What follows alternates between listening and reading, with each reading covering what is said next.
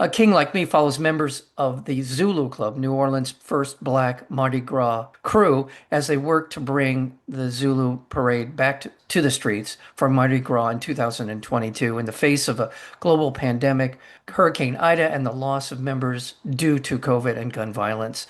A King Like Me benefits from an unprecedented access to a stalwart community and a cultural institution as it documents a modern portrait of Black brotherhood leadership and community. Terrific documentary film. I'm telling you, for anyone listening to this conversation, this is another chapter in the history of the United States that I didn't know anything about. I know Mardi Gras, obviously, but there's just so much here.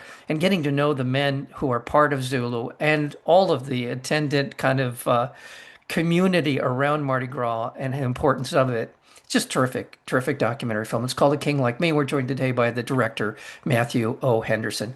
Matthew, welcome to the program. Thanks for having me, Mike. Thank you. Yeah, I just love the access that you were able to get with Zulu.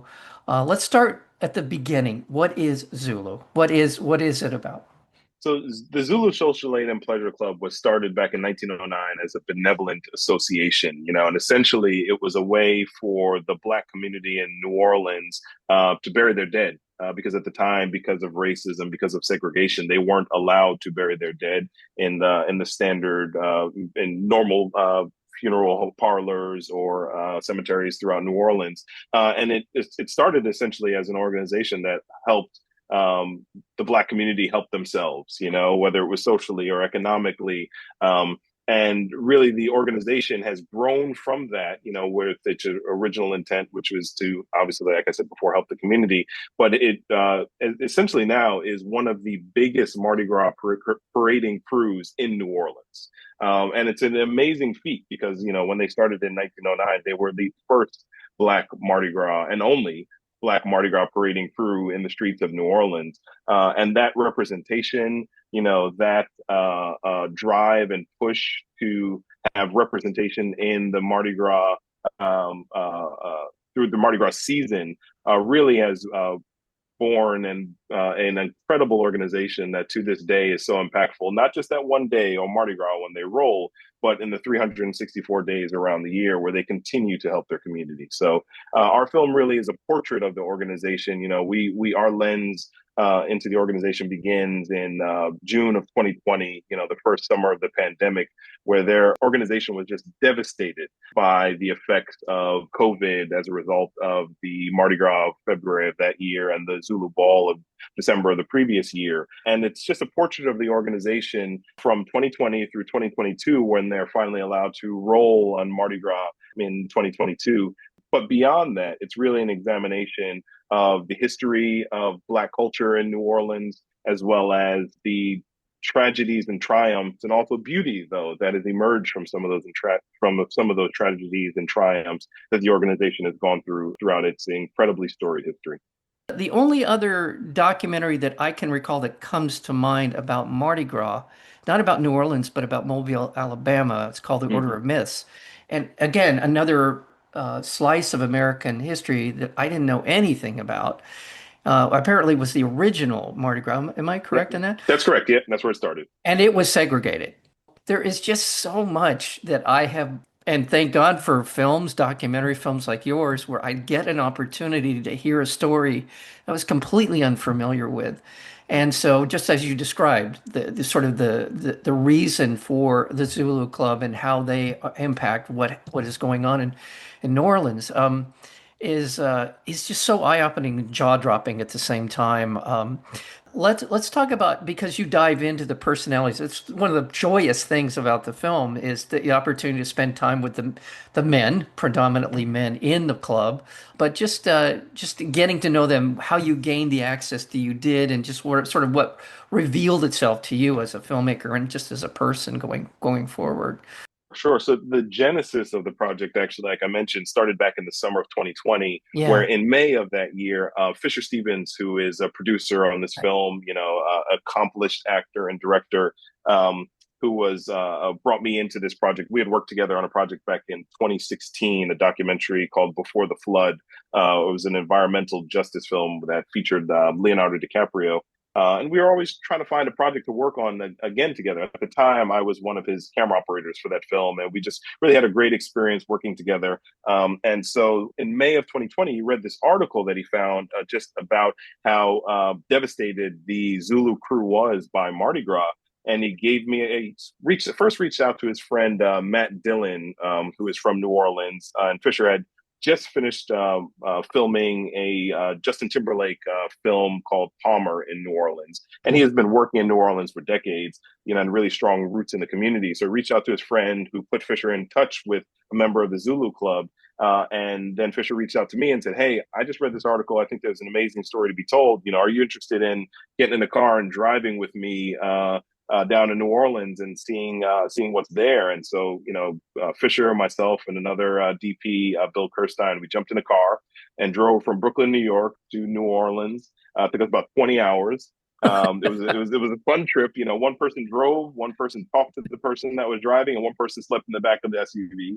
And we just nonstop took a road trip down there and spent about 2.5 days there, filming 16 really in-depth impactful interviews that ranged anywhere between 60 minutes to 90 minutes. And those 16 interviews really became the bedrock of our storytelling. Kind of landing with the emotional core of the film, who is Terrence Rice, our main participant in the film.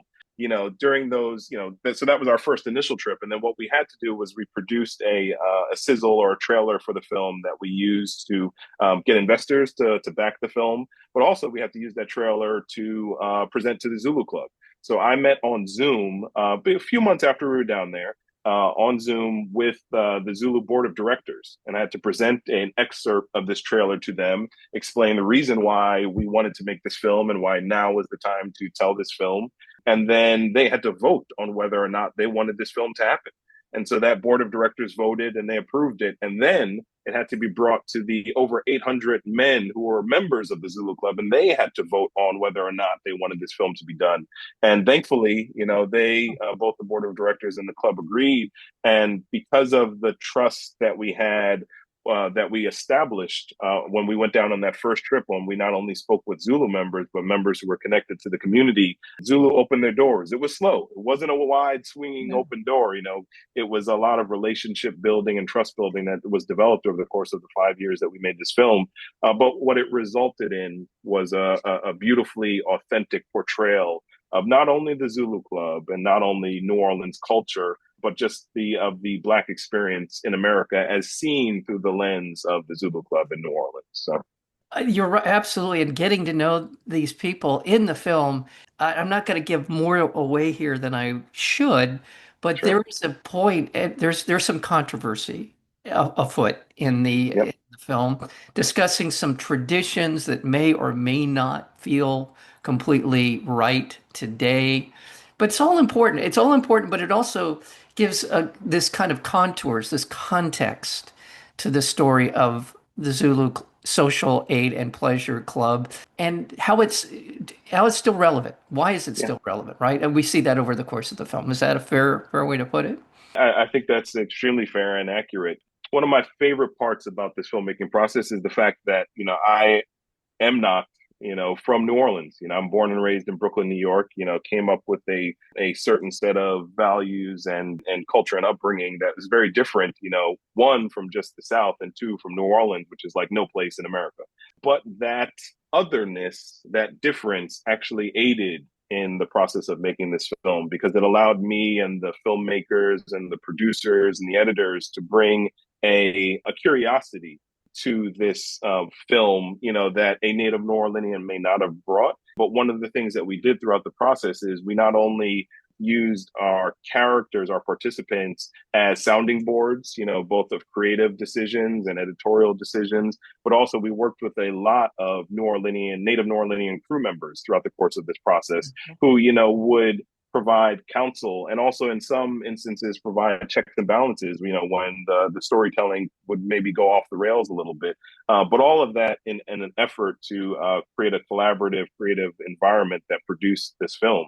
The controversy, and I agree, I don't want to give up too much because I want your audience to go see and to watch our film that's on Netflix now, of even approaching the controversy in the film, I think what we attempted to do with the film is bring context through history to this tradition that was started with the Zulu organization back in 1909 to better understand the decision making that went into continuing this tradition even to today. And also not just hear the voices of those who are a part and connected and love the Zulu organization, but those who challenge, the Zulu organization. But even those who challenge the organization, we were very, very, very specific in this film that every single voice that speaks in this film is the voice of a native New Orleanian. We didn't bring in experts from universities around the country to kind of bring in their understanding. We wanted to trust in the authenticity of the voices that were coming from the place that we were filming. And the impression I had from the people that are speaking about this particular issue are all with love. I mean, Yes. everyone addressed it in a way that was coming from a place of support for Mm-hmm. Zulu and for sort of a modern frame around it and understandable. And I understand all the different points of, at least I hope I understand all the points of view that we see in the film. And it just lends this kind of vitality to the group Yeah. that this is a group of not people sitting in a darkened room somewhere making decisions just because this is the way we always did it. It is a group of people that are genuinely concerned not only about this particular issue, but also the greater context, right? Yeah, and one thing that we hope, and it's a grand idea, I think, but one that needs to be mentioned is we hope that this can be a model of the tough conversations that we need to have as a country. Yeah. Because what you see taking place in the film is an internal conversation about tradition and culture and the way to move forward into a future that we all believe. But it's a culture, it's a community that's unafraid to have that conversation Yeah, with one another, exactly. that are like, it's okay if we don't think the same way, if we don't view things or uphold traditions and culture in the same way that, one another, that each individual or each side of the conversation does, but we can approach it respectfully to have the conversation. So, it's an example that we hope that, that those who watch the film can see. And even if you don't understand or agree with the perspectives of either whether it's individuals in this film or broad or wide, let's widen the lens a little bit to those in your community or those in your sphere of influence. We all have things about people and that we interact with every day that we don't agree with. But I think the power and true transformation can come when we get a bit of boldness and courage to have those conversations because it's only going to make us all better. And I think we see that with the Zulu organization. Absolutely. And also to underscore that this is 365 days a year. This is an organization that is on the ground, is connected, it is part of the community. It's woven into the fabric of the community and all the other things that they are about. Okay, Yeah. so this is important in the context of a lot of different issues around race in this country, but also the genuine love that you see and feel from the people that are in the film. And I want to open this up into a little bit of moving away from that particular part of it. The two gentlemen who are on they're fishing near the Yeah. beginning of the film, and help me out. The gentleman who says, this is about the Caribbean experience, the sort of tying it back to the roots of New Orleans, of where all of this is happening, and help me with that because this is a part of the film, and for people listening to our conversation, hopefully they'll see A King Like Me. I want them to understand this greater sort of historic context. Yeah, that's you're talking about brother Terrence Rice, who is the main participant in this film, and he's commenting on the fact that, and also in the film, one of the city councilmen, Oliver Thomas, also mentioned this later on in the film. That there is obviously, not obviously, it's not obvious to everyone, but no place like New Orleans, and the Afro Caribbean influence and culture that exists in New Orleans. Unfortunately, was brought there because of the transatlantic slave trade, as New Orleans being one of the primary points of entry for enslaved people throughout the slave trade. So when individuals are brought from not only Africa, but through the different islands in the Caribbean and brought into New Orleans, the infusion of culture was extremely aggressive there in a way that produced this amazingly vibrant cultural experience of New Orleans that we see in its music and its food and its culture and its traditions. And so what Terrence is saying in that moment is that, the all of those things that create a native New Orleanian is something that he doesn't want to shy away from. He in that first little soliloquy, he mentions, the fact that, in his life, he never wanted to speak the Queen's English or speak properly. He always wanted to speak like a native New Orleanian, because there's power in understanding the history of New Orleans and especially the history of the Black experience in New Orleans, and acknowledging the fact that the Black existence in New Orleans is because of the slave trade, but not using that as a negative, but using that as a power, as to empower himself as a Black native New Orleanian. Yeah, absolutely. Just want to remind our listeners we're speaking with Matthew O. Henderson. He's the director of the documentary film A King Like Me. It is going to be on Netflix, and help me with the date. I'm sorry, but go ahead. Yeah, so we premiered on Netflix on June 19th. It's currently on Netflix, so you can check it out. Netflix.com/ A King Like Me will get you there, right to it, or just go on Netflix. I'm sure there's a lot of people listening who already are on Netflix. In the last couple of minutes we have, I just Mardi Gras is this part. I mean, help me out with the tradition of Mardi Gras because it's there's you have Carnival in Brazil. Is this it's kind of, feels like it's kind of part of this. So I'll call it a tradition. I don't know what I should call it. You got to sin to be saved, right? I mean, just this is just before Lent, right? Yeah, The yeah, idea of exactly. just letting loose and kind of in this kind of orgiastic experience that is Mardi Gras and other traditions like this. Am I in the right track here? You got to sin to be saved kind of thing. No, you're completely right. It's a huge part of it, and I will cautiously attempt to describe it because, again, like I said before, I'm not from New Orleans. I Yeah, didn't grow up in carnival tradition. Growing up in Brooklyn, New York, even though we do have a really large West Indian Day parade that takes place Labor Day weekend in New York, but yeah, it's no comparison to carnival in New Orleans. But yes, and that's the thing that really excited me about making this film is like I love the genre of magical realism, and that's what New Orleans and that's what Mardi Gras specifically is. It is this social cultural inversion that takes place during this season, and that's another thing that I learned throughout the course of making this film. I thought Mardi Gras was just one day. Mardi Gras is an entire season, several weeks of parades that parade through the city of New Orleans to highlight the different parading crews that take place. And Mardi Gras Day, which takes place on Fat Tuesday, is the day that the largest, the yeah, most recognized crews roll. But there is this idea of social inversion where the pauper can be a king, on Mardi Gras Day, yeah. and that's how the tradition started, where an individual who, was a stevedore, a dock worker, can parade through the streets of New Orleans along with the aristocrats, and the royalty, and the politicians and decision makers. And there was still some intentional segregation, which we go Sure. into in the film. But today, and it's a season where revelry is allowed. Terrence has this amazing line towards the end of the film: "Is New Orleans is the only place where the senseless make sense." And so on Mardi Gras Day, there is this embracing of that social inversion Yeah, for the sake of fun, for the sake of enjoyment, for the sake of purging the soul, so that exactly. after Lent, after Mardi Gras, you can go back through your year, through the rest of the year, and be a quote unquote normal citizen. There you go.